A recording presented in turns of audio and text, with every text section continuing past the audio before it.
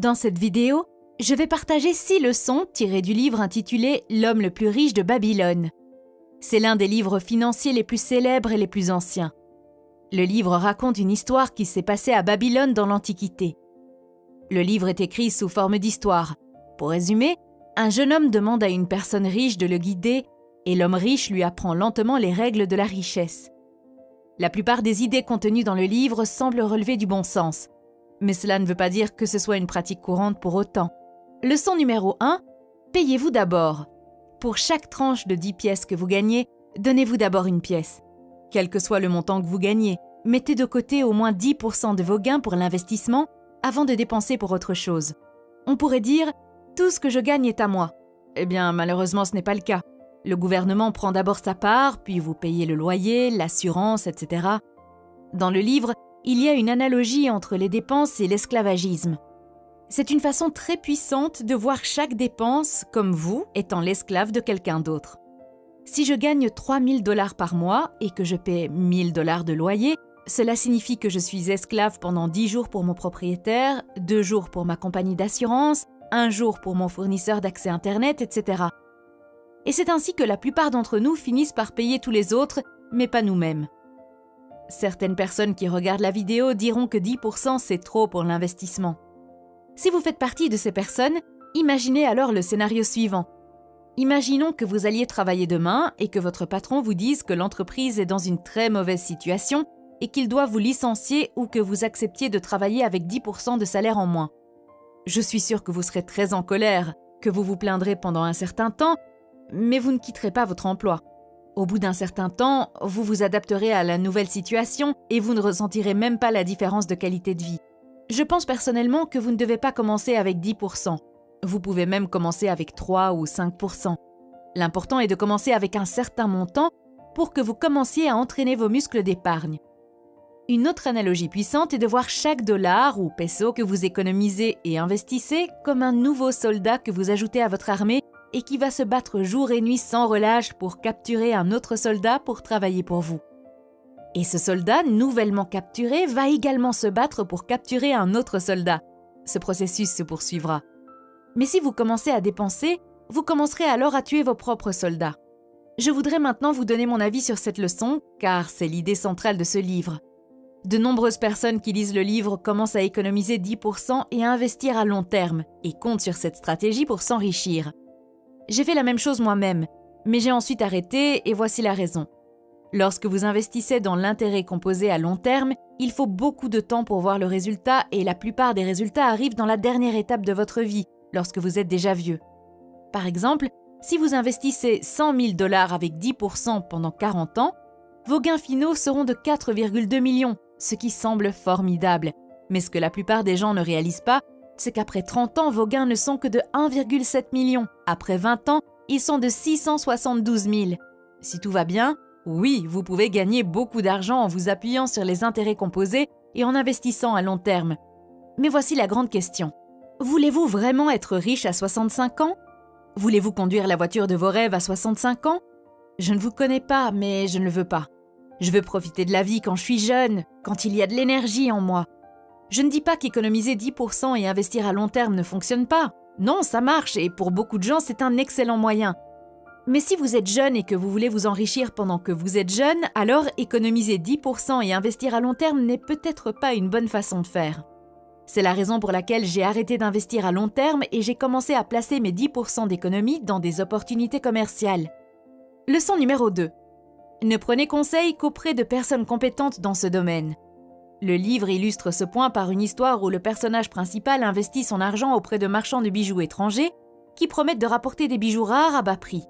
Il a été escroqué et a reçu de faux bijoux.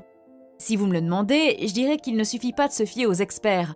Vous devez comprendre le secteur et faire vos propres recherches avant de rencontrer un expert. Mon expérience m'a appris 3 grandes leçons sur les experts, surtout dans le domaine financier. Premièrement, les experts sont les personnes qui sont engagées par l'entreprise et qui sont payées par celle-ci. Donc, quel intérêt vont-ils défendre? Le mien ou celui de la société qui paie leur salaire? Je suis donc généralement sceptique quant à ce qu'ils m'offrent, parce que ce qu'ils offrent est généralement dans l'intérêt de la société et non dans le mien. Deuxièmement, Chaque fois que certains experts me disent que c'est le meilleur produit dans lequel investir, je lui demande toujours s'il y investit personnellement, si c'est une si grande opportunité. La plupart du temps, ce que je constate, c'est qu'il essaie de vendre quelque chose qu'il ne mange pas lui-même. Les meilleures opportunités d'investissement ne nécessitent pas de publicité sur une brochure. En fait, les meilleures opportunités d'investissement ne sortent même pas de la salle des bureaux. Elles sont consommées en interne. Lorsqu'une société immobilière ou son employé trouve le meilleur bien immobilier, il n'y va pas pour l'annoncer sur le site web. S'il le peut, il l'achète lui-même ou veille à ce qu'il soit acheté en interne par son entreprise ou ses collègues autour de lui. Ma troisième leçon avec les experts concerne les frais. Les frais sont les tueurs de vos gains, surtout à long terme. Cependant, la plupart du temps, les frais sont présentés comme un point mineur. Mais laissez-moi vous donner un exemple et vous verrez que les frais de 1% font une énorme différence sur le long terme. Imaginons que votre grand-mère vous donne à vous et à votre frère 100 000 $ chacun en cadeau. Vous pensez tous les deux que vous êtes jeunes et que vous n'avez pas besoin de cet argent maintenant. Alors, vous décidez de l'investir à long terme. Votre frère fait des recherches et trouve une entreprise qui demande 1% de frais et paie 11% d'intérêt. Mais vous ne faites pas de recherche et vous investissez dans une entreprise qui demande 2% de frais et paie également 11% d'intérêt. Passons rapidement à 30 ans et voyons comment une différence de 1% dans les frais influe sur vos revenus. Après 30 ans, les revenus totaux de votre frère seront d'environ 1 744 000 $, mais vos revenus seront de 1 326 000 $. Comme vous pouvez le voir, tout est identique. Seule une différence de 1% dans les frais entraîne une baisse de revenus de 418 000 $ par rapport à votre frère. En d'autres termes, vous perdez 23,9% de vos revenus à cause d'une différence de 1% dans les frais. Leçon numéro 3. Les gens qui agissent ont plus de chance parce qu'ils créent leur propre chance. La chance prend souvent la forme d'une opportunité que vous devez saisir au bon moment. Les hommes d'action, qui sont prompts à saisir les opportunités et en tirer le meilleur parti, sont ceux qui ont de la chance. La procrastination lors de la prise de décision n'entraîne que des regrets. Les procrastinateurs et les exécutants sont confrontés au même nombre d'opportunités. Ce qui les différencie, c'est la quantité d'opportunités que les exécutants tentent de saisir. Au moment où la différence entre les deux s'accentue et où le procrastinateur commence à penser que l'auteur a eu de la chance, qu'il est né dans la bonne famille, qu'il a le bon bagage génétique, etc. Il y a quelques semaines, je parlais à un ami et nous avons commencé à parler d'un livre intitulé « Pensez et devenez riche ». Il m'a dit qu'il avait vu beaucoup de gens acheter et lire ce livre, mais qu'il n'avait jamais vu quelqu'un devenir vraiment riche. Il essayait de prouver que les idées contenues dans ce livre ne fonctionnent pas, ce que je ne partage pas. Je crois fermement que les gens ne deviennent pas riches parce qu'ils n'agissent pas. Ils lisent le livre, commencent à dire quelques affirmations, à se fixer des objectifs, à visualiser, et c'est tout ce qu'ils font. Ils ne prennent pas de fichues mesures. Ils veulent gagner 1 million de $ à la loterie, mais ils n'agissent même pas et n'achètent pas de billets de loterie. En fait, je n'ai jamais acheté de billets de loterie de ma vie. Mais même si votre objectif est de gagner à la loterie, il faut faire quelque chose, c'est-à-dire au moins acheter un billet de loterie. Beaucoup de gens croient que s'ils se représentent constamment une vie riche, l'argent apparaîtra comme par magie sur le pas de leur porte, et que si cela n'arrive pas, ils disent que penser et devenir riche est une connerie. Si vous voulez avoir de la chance, si vous voulez être riche, agissez. Leçon numéro 4, n'espérez pas recevoir une somme forfaitaire en espèces. Au lieu de cela, travaillez pour obtenir un flux de trésorerie constant. Beaucoup de gens souhaitent hériter de l'argent ou gagner à la loterie, mais toute somme forfaitaire que vous gagnez finira par être nulle et vous serez à nouveau ruiné. De nombreuses personnes qui reçoivent une somme forfaitaire dépensent la totalité de leur argent en un an. Vous avez probablement déjà vu des personnes qui suivent un régime strict et perdent beaucoup de kilos en peu de temps, mais au bout d'un certain temps, elles retrouvent leur forme et leur régime antérieur parce qu'elles n'ont pas développé les systèmes et les habitudes nécessaires. Le plus fou est que, généralement, les personnes qui s'enrichissent soudainement ne sont pas mieux loties que lorsqu'elles ont commencé. Leur mode, leur niveau de vie et tout le reste sont étonnamment les mêmes. Devenir riche, c'est comme apprendre à faire du vélo. Une fois que vous l'avez appris, vous ne l'oubliez jamais et personne ne peut vous l'enlever. Même après de nombreuses années, vous pouvez toujours en faire.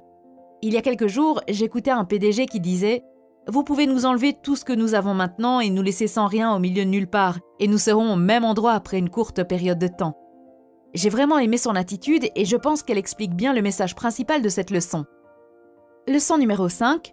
Investissez dans votre capacité à gagner plus. Qu'est-ce que cela signifie réellement ? Cela signifie que vous devriez consacrer votre temps à améliorer vos compétences, vos connaissances et votre capacité à gagner plus d'argent. Il s'agit là d'une des règles d'or, pourtant constamment négligée. La plupart des gens cessent d'apprendre une fois qu'ils ont terminé l'école. D'autres apprennent tout au long de leur vie. Jusqu'à leur mort, à disons 90 ans, ils continuent d'apprendre et de s'améliorer. Cela leur donne un énorme avantage sur la durée. Alors que le travailleur moyen rentre chez lui après le travail pour regarder la télévision et il ne fait rien pour s'améliorer. Leçon numéro 6. Vous perdrez de l'argent si vous laissez la cupidité obscurcir votre jugement. Il y a une différence entre avoir de grands rêves et laisser vos rêves et votre cupidité influencer vos décisions. Une fois que l'avidité prend le dessus, vous commencez à croire des choses irréalistes et à ignorer les faits.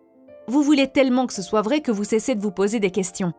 Des choses plus folles ont déjà été accomplies auparavant. Mais cela ne signifie pas que vous adhérez à la promesse de quelqu'un qui vous offre un rendement magique. C'est une arnaque. Si vous étudiez les investisseurs à succès comme Warren Buffett, vous verrez qu'ils sont très conservateurs dans leurs investissements. Ils préfèrent construire lentement plutôt que de se précipiter sur une opportunité risquée. C'était la première leçon. Si je devais résumer ce livre en 2 phrases, ce serait ceci. Premièrement, économisez et investissez 10% de ce que vous gagnez auprès de personnes et d'entreprises qui sont compétentes dans leur domaine afin de gagner plus d'argent. Deuxièmement, pensez à chaque dollar que vous gagnez en tant que travailleur qui travaille pour vous. Assurez-vous qu'il travaille pour vous faire gagner plus d'argent, et non moins. Enfin, en tant que lecteur, j'ai quelques commentaires à faire sur le livre lui-même et sur l'auteur. La langue dans laquelle ce livre est écrit donne parfois l'impression de lire un vieux livre religieux. Dans certains paragraphes, il semble également ennuyeux et difficile de comprendre ce que l'auteur essaie de dire. Maintenant, parlons de l'auteur. George Clason n'était pas l'une des personnes les plus riches de son époque, ce qui soulève un scepticisme sain et vous fait dire « qu'est-ce qui le rend crédible pour donner des conseils financiers ?» Après recherche, il s'avère que le livre n'a pas vraiment été écrit à l'époque où il a été présenté. En fait, George l'a écrit en 1926, quelques années après la Grande Dépression. Il n'y a pas beaucoup d'informations sur George Clason.